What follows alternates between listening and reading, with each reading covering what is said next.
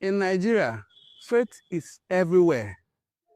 The call to prayer and the voice of a preacher echoes from every corner.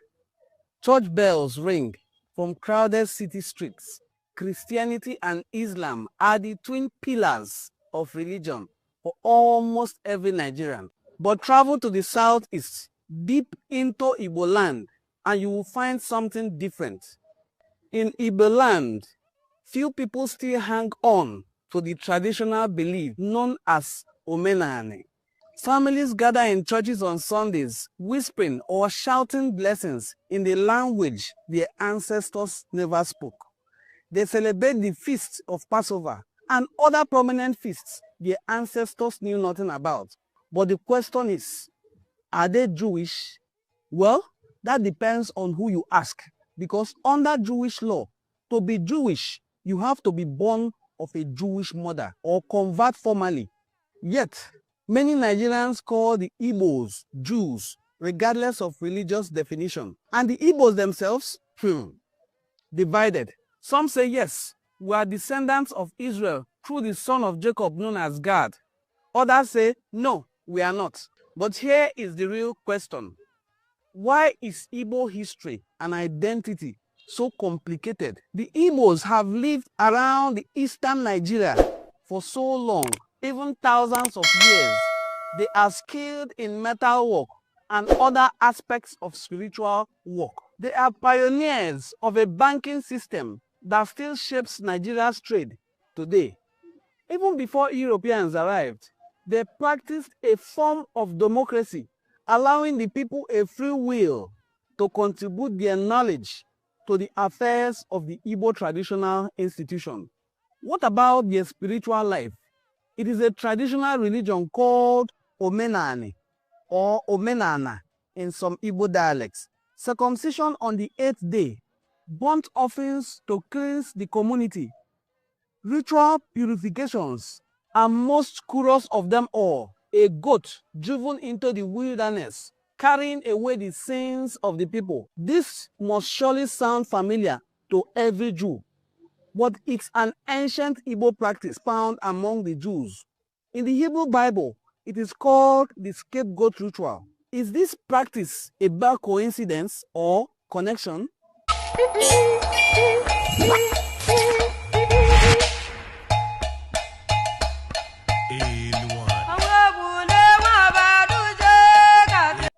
Let's explore. Renowned anthropologists like Dr. Daniel Leeds noticed something strange. Igbo cultural practices overlap with most ancient Israelite customs, but often with twists. Circumcision is quite widespread in Africa. That doesn't prove anything. But then you could say, okay, what's the date the circumcision is performed? Circumcision on the 8th day is right there in the first sources on the Igbo. For centuries, Jewish and Christian traditions told stories of lost tribes of Israel wandering into Africa. The Talmud spoke of Israel in faraway land. The Bible itself hinted at exiles beyond the river of Cush. When the British Empire sailed up the river Niger, religious teachers in London actually handed colonial officers letters written in Hebrew, just in case they met descendants of Israel, but they never found Hebrew speakers. But they did find something very unique in Igbo.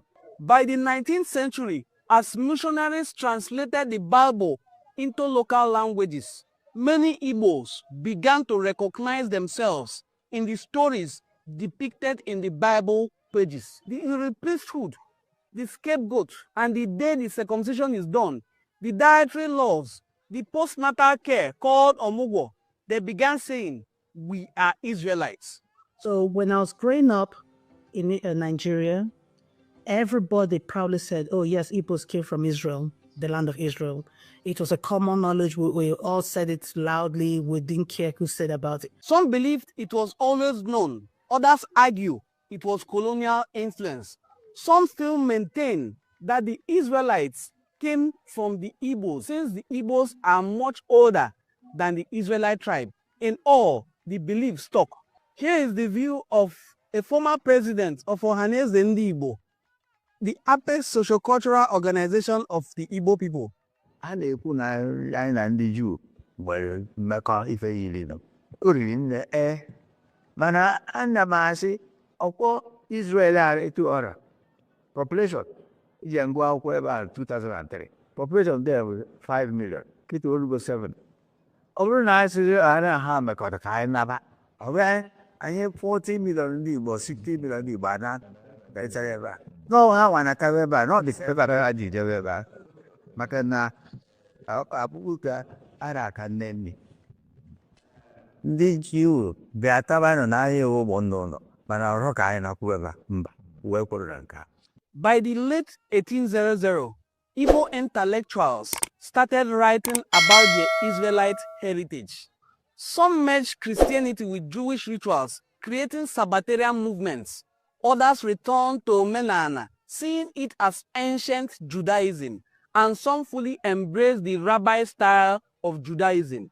But as Igbo deepened their Jewish identity, the outside world gave them something else they never expected: anti-Semitism. The moment the British entered the picture in the Igbo history, in Nigeria, in the evolvement of the Nigerian state, the British bring along their kind of anti-Semitism. The British started to push the same agenda kind of stereotypes associated with the Jews, portraying them as greedy, money-loving, and most importantly, domineering. The image that the Igbo are money-loving people, very greedy and domineering. It's a conspiracy theories, Growing up in Nigeria, it became a thing that your parents will call into the bedroom and tell you, look, remember, no matter how much of the other language you think you speak or you think you can identify as them, they all know you're Igbo first. And second, we come from Israel. They don't like you as an Igbo person, and they know that we come from Israel. Mind how you walk. They apply to the Igbos the same prejudices applied to the Israelites, and those prejudices stuck. Other Nigerian groups in competition for power began seeing the Igbo through that poisoned lens of prejudice. That was the origin of Igbo-phobia, a form of anti-Semitism in Nigeria and Africa as a whole, but it is this time targeted against the Igbos. And history tells us what happens when conspiracy and hate collide. The Igbo were purged from the military, from everywhere, from government positions, from universities,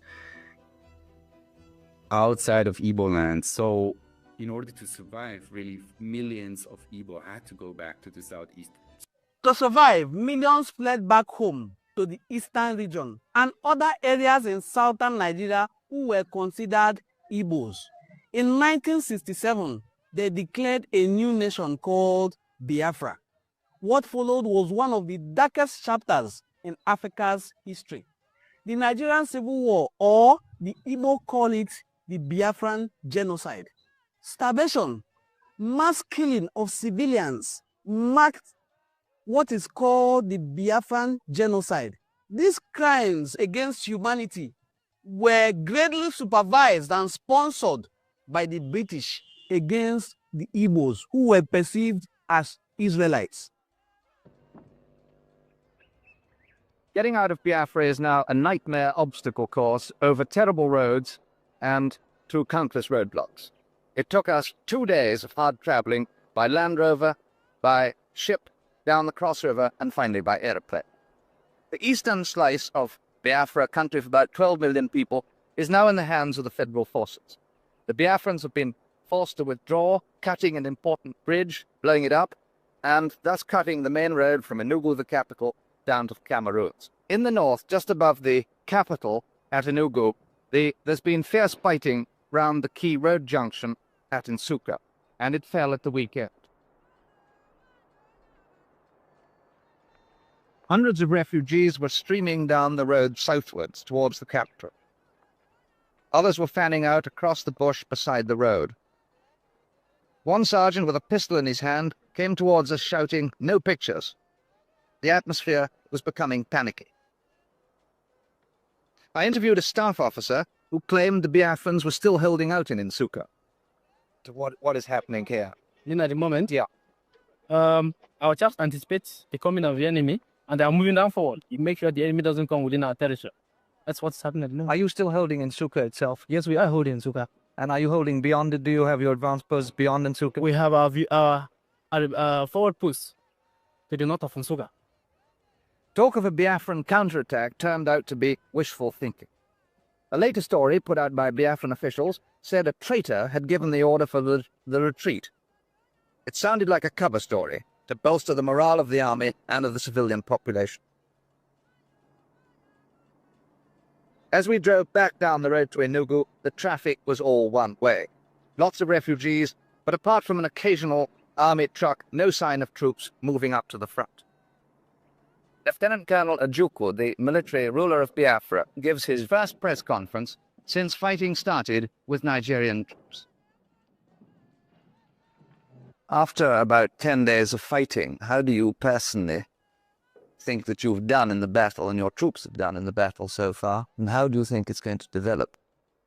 In a conflict of this nature, where Lagos certainly has the superiority of arms, such as having armor, having artillery, one would expect the Lagos troops to break through and then get pushed back, depending on the strength of the resistance. And this is really what we've been doing, particularly on the Nsukka sector. Today, they push forward, tomorrow we push them back. And today they push forward, tomorrow we cut through their line of communication, they have to rush back. And this is what has been happening. And that is why there has been really no decisive encounter at Nsukka. It seemed clear that their attitude was originally to make a massive assault on the Nsukka area, the Ugoja area, so as to tie up all our troops, and then to make an armored thrust through Nsukka direct to their number one objective, Lieutenant Colonel Ojukwu in Enugu. If you didn't know it, that's me. Enugu is only 40 miles from Nsukka.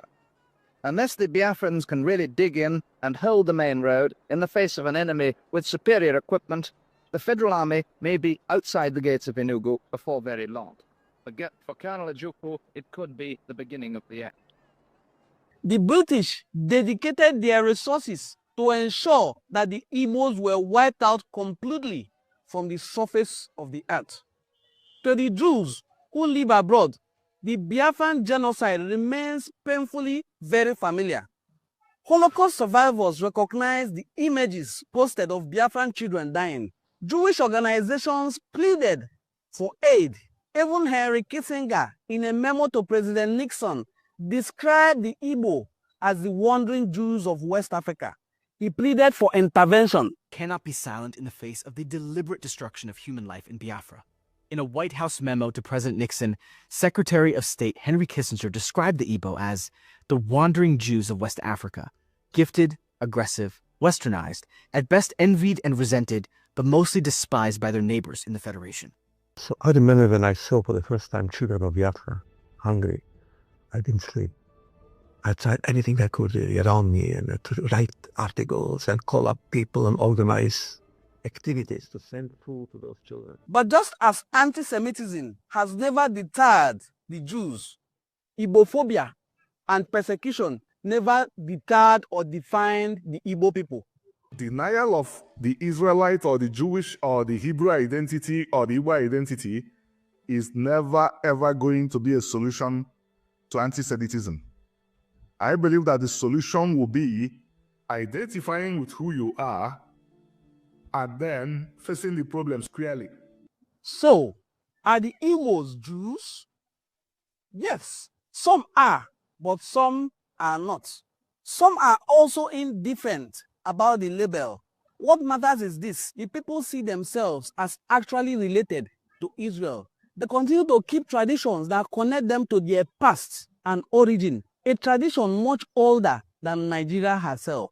Every Igbo, including even the guy in the Vatican that is a cardinal, lives by traditions that Jews will recognize as Israelite traditions. Maybe now more than ever, the real question isn't whether Igbos are Jews, but what it means anywhere in the world to choose an identity, to claim a story, and to live with the burden of that identity.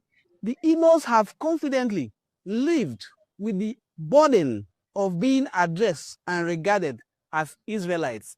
Whether they are Israelites or not, the similarities are there in Igbo culture for everyone to see. I hope you enjoyed this video.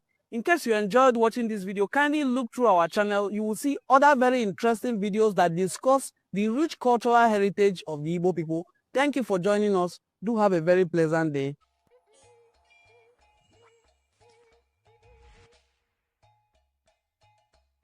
Hey,